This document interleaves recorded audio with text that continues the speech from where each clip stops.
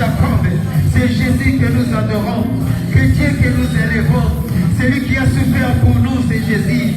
Il a accepté d'être couronné d'une couronne d'épines. Lui qui était le roi, au lieu de couronner notre Seigneur avec les couronnes d'or, mais au lieu de la couronner avec les couronnes des épines. À cause de toi, bien-aimé, élevez Jésus. Élevez Jésus. Élevez Jésus. Voilà qui s'acquit Salomo pour le Kamakonzinyo Sophia Samoui. Parce qu'il y a beaucoup à Yéboula qui s'y na Salomo. Parce qu'il va s'y cacher pour le groupe pour Namanayo. Oh yes, pour maman. Sois élevé notre Père, notre Dieu, notre roi, notre Seigneur, toi qui es le roi des rois, le Dieu de l'univers, toi qui tiens notre Alléluia, celui qui donne la paix, celui qui donne la joie. C'est toi, le lion de la tribu de Juda, le rejeton de David, Seigneur, le ressuscité du troisième jour. C'est lui qui appelle ce qui n'existe pas à l'existence. C'est lui qui a chassé les ténèbres au milieu de nous. C'est lui qui nous a lavé par son sang. Il nous a délivrés par son sang. Il nous a fait retourner dans les jardins d'Éden à cause de l'alliance qu'il a créée dans Golgotha. L'alliance du sang. L'alliance du sang. Et non le sang d'un animal, mais le sang de Dieu. Le sang de Dieu a été coulé. Il a signé les nouvelles ordonnances afin que toi et moi, nous pouvons entrer dans cette alliance. Il a signé, alléluia, oh Jésus, une nouvelle alliance. Alléluia, l'alliance que lui-même a créée avec son épouse que nous sommes. Il est Dieu, il restera toujours Dieu. Bien-aimé, louons notre maître, notre Dieu. Il est notre maître, il est digne d'être glorifié, il est digne d'être adoré. Il est digne d'être loué, d'être élevé. Il est le Dieu élevé. Il est l'honorable, admirable, conseiller, prince de paix, Dieu tout-puissant. Alléluia. Le créateur est créé. Il est Sabaoth. Il est Adonai. Il est le véritable Dieu. Alléluia. El Shaddai, c'est Jésus. Adonai, c'est Jésus. Le véritable étoile brillante du matin. Le véritable soleil levant. Le soleil de paix, le roi de Salem, le roi de paix, le prince de paix, c'est Jésus-Christ. C'est lui qui a écrasé la tête du serpent. C'est lui qui a marché sur les cadavres de l'ennemi.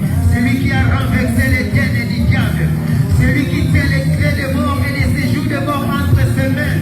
C'est lui qui nous a donné le pouvoir de résister au diable, l'autorité de marcher sur les serpents, sur les scorpions et sur toute la puissance de l'ennemi, et rien nous fera nuire. C'est Jésus-là que nous élevons. Il n'est pas un homme pour mentir. Il est le Fils de l'homme. Il est le Dieu. Il est l'image de Dieu invisible. C'est Jésus-Christ. Il est l'identité réelle de Dieu invisible. Il est les empreintes réelles de Dieu invisible. Si, alléluia. Oh, Zabenakouya. Et beaucoup m'amène yo. Okosi na nyusi, eko kumamela yo. Okosi na nyusi. Alléluia, alléluia. Azanzambi. Acclamons l'Éternel bien-aimé. Commencez à acclamer très fort notre Dieu. Commencez à acclamer encore, acclamons, acclamons, acclamons. Il est ressuscité le troisième jour. C'est lui qui appelle ce qui n'existait pas son existence. Qu'il soit béni, qu'il soit loué, qu'il soit sanctifié. Il est Dieu. À lui, c'est adoration. À lui, c'est louange. Il est Dieu. Alléluia. Merci Jésus. Merci Jésus. Merci Jésus.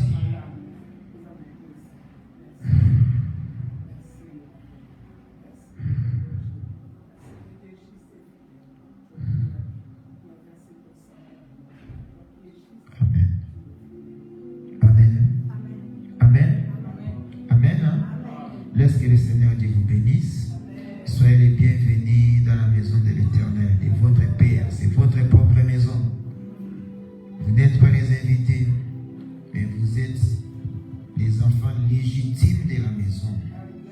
Les enfants légitimes de la maison. Or, lorsque Père à la réunion, tous les enfants se réunissent tout autour de leur Père pour écouter maintenant ce que Père voulait lui dire. Car Père a convoqué une réunion familiale.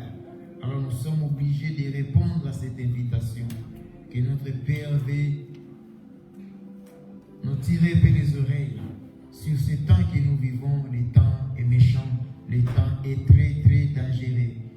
Nous n'avons pas un autre message à dire au peuple de Dieu. Dieu n'a pas un autre message. La prospérité, c'est déjà fort bail. Quoi encore?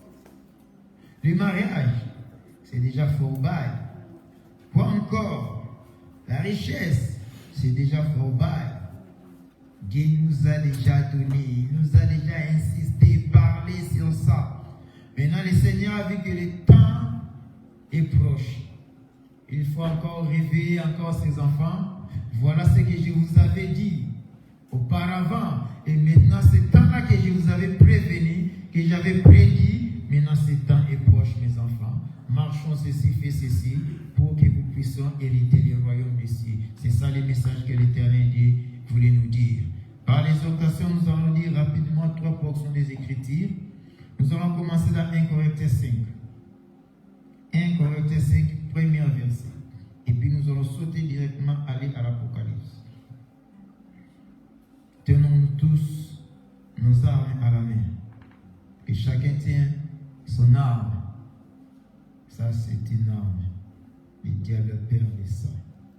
Lorsque tu sais manipuler cette arme, tous les soldats ne savent pas manipuler. Il y a d'autres soldats que tu lui donnes l'arme. Il a déjà l'arme dans sa main, mais il ne sait pas manipuler cette arme devant l'ennemi. Et c'est pour cela que beaucoup de soldats à la guerre meurent. L'arme est là, obis, grenade et tout consomme, mais il ne sait pas l'utiliser. Et l'ennemi a profité à tirer. Mais un soldat, comment nous bien formé, s'il a une arme comme ça, l'ennemi a peur de lui, puisqu'il tient cet homme est bien formé. Il sait manipuler cette arme qui tient à la main. Il peut même le tuer. Alors il commence à trembler. Lorsque le diable voit avec sa parole, s'il sait que tu ne sais pas manipuler la parole de Dieu, il va venir. Il sait qu'il y a cette arme, je le connais. Mais la personne qui tient ça, il ne sait pas le manipuler. Tu vois? Mais si le diable sait que cette arme qu'il tient, mais je sais bien que aussi la personne qui les tient, il sait manipuler. Bien aimé, le diable ne peut pas te blaguer. 1 Corinthiens 5, verset 1. La parole de Dieu nous dit ceci. L'avertissement de notre Père nous dit ces derniers temps. On entend dire généralement qu'il y a parmi vous l'impudicité. Là, le Seigneur ne dit pas aux gens du dehors. 1 Corinthiens 5, verset 1. Ok?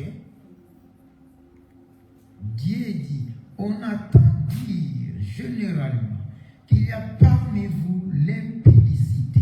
Ici, le Seigneur ne dit pas des gens de dehors. Il dit à ses propres enfants, dans son foyer, dans sa famille, lorsqu'il est assis dans la réunion familiale, le Seigneur est en train de dire à ses enfants, dans ma maison, dans mon foyer, dans ma famille, moi, votre Père, j'entends que parmi vous, il y a l'impudicité. Et une impudicité tellement qu'elle ne se rencontre pas même chez les païens. Il est en train de dire dans sa maison. Je constate que vous, mes enfants, vous marchez dans l'impudicité. Que cette impudicité, je n'ai jamais vu même dans les gens du dehors. Même chez les païens, cette sorte d'impudicité n'existe pas. Au lieu que je vois ça chez le païen, mais dans ma maison, je trouve cette impudicité. C'est là où le Seigneur de Dieu est en train de le dire. C'est au point que l'un de vous a la femme. C'est au point que l'un de vous a la femme de son père. Amen. Retournons alors rapidement. Je dois lire et puis on doit exhorter un peu. Allons maintenant à l'Apocalypse. L'Apocalypse 2:9, je pense. Oui, l'Apocalypse 2:9. Apocalypse 2:9. Mais retenons seulement ce que notre Père a dit dans les corrections. il est en train de dire dans la maison. Maintenant, il est dit, je connais ta tribulation et ta pauvreté, bien que tu sois riche, et les calomnies de la part de ceux qui se disent juifs et ne le sont pas, mais qui sont une synagogue de Satan. Ici encore, le Seigneur est en train de dire toujours dans sa maison, lors de cette réunion que Papa a convoquée. Écoute encore, je vais lire encore pour éclaircir. Je connais, il est en train de dire à ses propres enfants, je connais ta tribulation, ta pauvreté, bien que tu sois riche, et les calomnies de la part de ceux qui se disent chrétiens. De ceux qui se disent chrétiens et ne le sont pas, mais qui sont une synagogue de Satan. Donc, le Père a constaté que parmi ses enfants, il y a aussi des infiltrés. Qu'ils se disent juifs, mais ils ne sont pas. Or, maintenant, nous aussi, nous sommes des juifs qu'on appelle chrétiens. Juifs spirituels, c'est nous. Puisque nous bénéficions la foi d'Abraham. Nous sommes entrés dans l'alliance de la foi d'Abraham. Et nous sommes aussi les descendants d'Abraham. Lui-même avait dit, je suis venu chercher d'abord les enfants perdus d'Israël. Or, l'Israël, c'est les descendants d'Abraham. Mais nous étions perdus. Le Seigneur est venu nous rechercher. En nous trouvant, mais il a constaté que parmi nous, ceux qui se disent chrétiens, mais ne le sont pas. Ce sont des synagogues de Satan. Alors, rapidement, je dois dernier avertir. Apocalypse 3, toujours 9.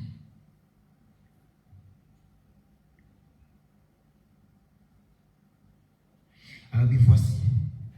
La parole de Dieu dit, voici. Je te donne des synagogues de Satan qui se disent toujours juifs, qui se disent toujours chrétiens, qui se disent toujours chrétiens et ne le sont pas, mais qui mentent.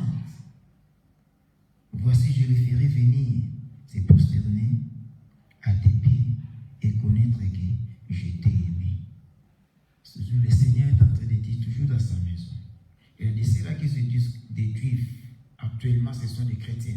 Et ceux-là qui se disent ce sont des chrétiens, mais ne sont pas des chrétiens.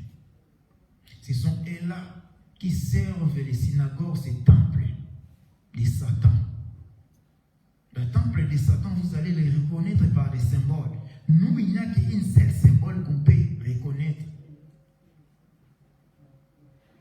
Ce n'est que là où le diable a été échoué. Là où notre Dieu a été proclamé plus que vainqueur. En dehors de ça, nous n'avons pas une étoile. En dehors de ça, nous n'avons pas un drapeau. En dehors de ça, nous n'avons pas un symbole des doigts ou des mains. Nous avons seulement une croix spirituelle qui présente la victoire de notre Seigneur Jésus-Christ sur la croix. Mais c'est là des synagogues de Satan qui sont au milieu de nous, qui se disent chrétiens. Nous les reconnaissons très bien par l'air modèle de marché et leur symbolisme. Alors, c'est là maintenant qui invoque d'autres dieux, mais au milieu de nous, bien des messages, toi bien que le ciel, c'est une lampe du corps et de l'esprit. Il y a d'autres histoires que nous ne pouvons pas voir, et aussi d'autres histoires, il est interdit dans notre coutume aussi de l'écouter. Car en voyant aussi, ça peut compliquer ta vie. En écoutant aussi, ça peut compliquer toute ta vie. Et en fréquentant aussi dans ce milieu, ça peut aussi coûter ta vie. Bien-aimé, vous voyez lorsque quelqu'un marche dans l'impudicité, et si l'impudicité, maintenant comme nous sommes l'Israël spirituel, je parle de ça spirituellement, l'impudicité spirituelle, l'impudicité, ce n'est pas le fait seulement que moi j'ai sauté avec une femme physiquement, mais lorsque déjà je commence à adorer d'autres dieux, je fais l'impudicité avec d'autres dieux. L'idolâtrie, c'est l'impudicité.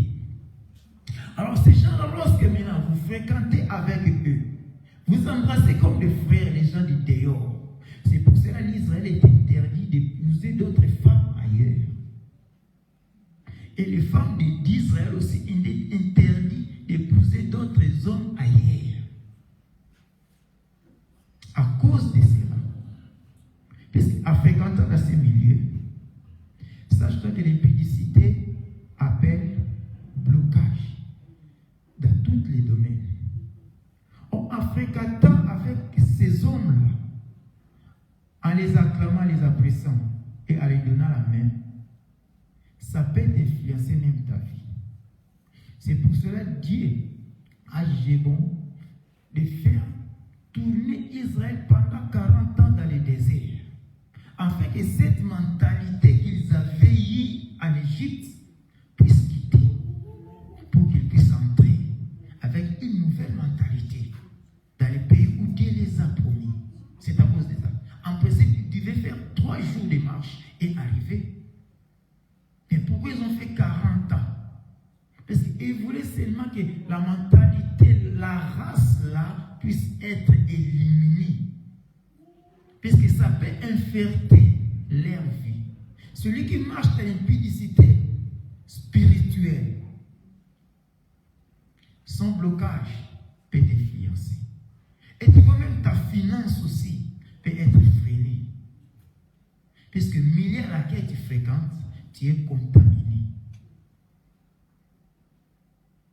Ça peut même influencer aussi ton milieu chrétien. Prenons l'exemple parmi nous.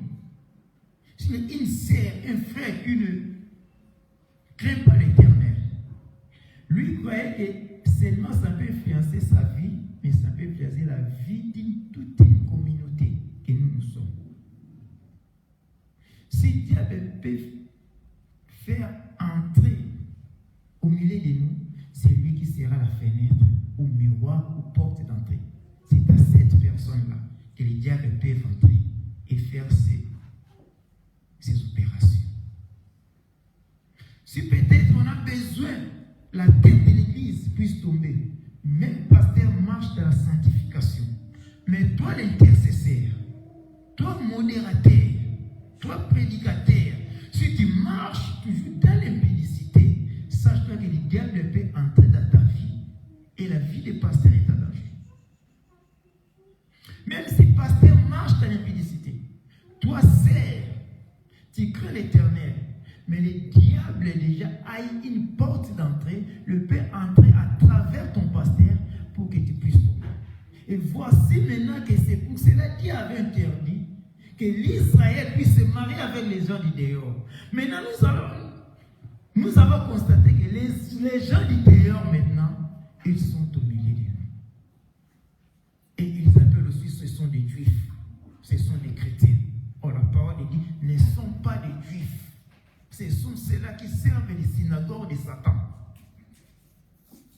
Alors, ma sœur, mon frère, il est temps de s'éloigner. Fanatisme, c'est l'idolâtrie. Puisque je l'adore, je suis fanatique de ses pasteurs, fanatique de ses chantres ou de ses frères. Même s'il fait quoi que ce soit, c'est le monde, vous, partout, vous voyez le diable. Comme j'ai discuté avec notre frère hier, vous voyez le diable partout. Oui, je le vois diable partout. Même dans l'eau que moi je bois, je vois le diable. C'est pour ça que je prie.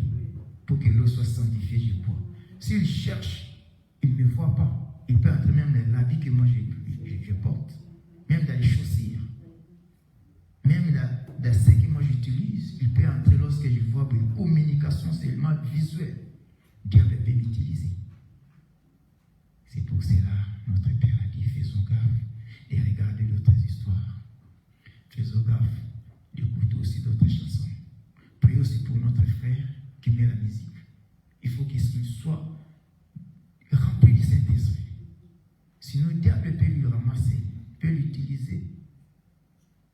On peut adorer la chanson là que nous croyons que nous adorons l'Éternel, notre Dieu créateur. Et pourtant, notre adoration va tout droit dans les synagogues de Satan. Puisque les frères et faibles, il peut être aussi porte d'entrée à travers ces chansons. C'est pour ça, l'Église, nous avons le devoir d'intercéder pour notre pasteur. nous avons un bon pasteur. Je vous dis, frère, si tu es un aîné spirituel, tu veux voir. Nous avons un bon pasteur. Moi, je confirme. Nous avons un très bon pasteur. J'ai des réserves. Que Dieu vous bénisse, bien-aimés. Acclamons un peu l'éternel, notre Dieu. Applaudissons bien l'éternel.